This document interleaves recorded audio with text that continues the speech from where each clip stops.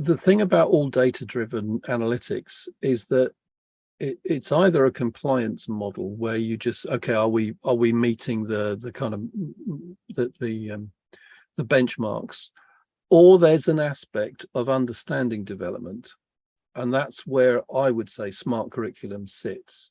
We are working to build the understanding of curriculum leaders about the impact of the decisions that they're making. So it's not just an arbitrary, I want more classes, I want smaller classes to do X, Y, and Z. It's strategically for benefit of these learners, we need to do something. Or what are we doing about, growing that narrative? It's not condescending to say that we have the understanding and we're going to give you the understanding.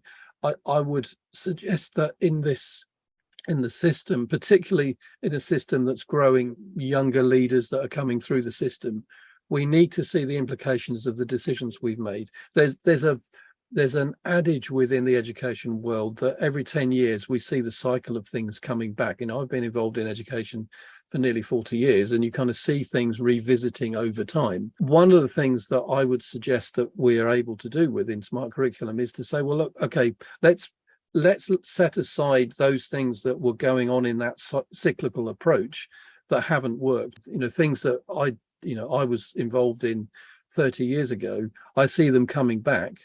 Now, it's because they're sparked by an idea, but it's not necessarily that they're not effective. The context needs to be understood, the situation that we're working in needs to be understood. But in this situation, what would be the best thing, in terms of change and development that would be right for these learners? The one thing that we do is to bring all of that understanding through smart curriculum analytics to it. But also, it isn't just about, if I've got the analytics, is that it? We need to develop the conversation. So there's very much a coaching model that goes alongside it. You ask, how do we achieve it? Well, we do it through webinars. We do it through individual contact and coaching programs. I worked with two particular schools around the London area, one North London, one West London, where they were looking at a particular Key Stage 4 strategy. It was a fairly innovative, it was a well-publicized strategy, but two schools had two completely different responses. In one school, it was immensely effective. In the other school, it was devastatingly poor. It resulted in the school being inadequate, and it failed completely. I'm not going to go into the detail of what it was, but I had other schools around the area asking me, Chris, should we do this strategy?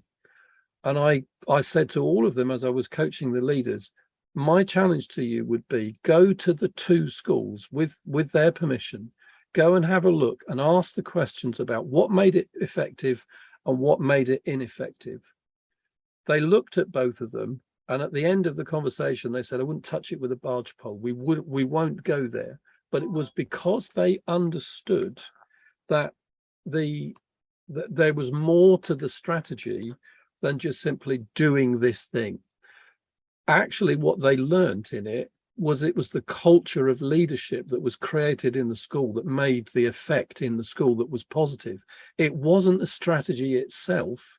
It was the fact that the leaders had a very unified approach. They created a culture of learning, and they were doing, actually, it wouldn't have mattered what they did. The strategy itself wasn't the success.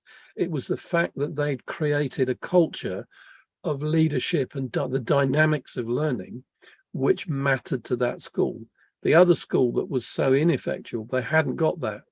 They just used the technique without all of that other work. And so that made it really interesting. And that's why I say analytics isn't enough. Gimmicks aren't enough. We need more understanding in leadership. So smart curriculum, what do? We bring that understanding. That's why it's smart.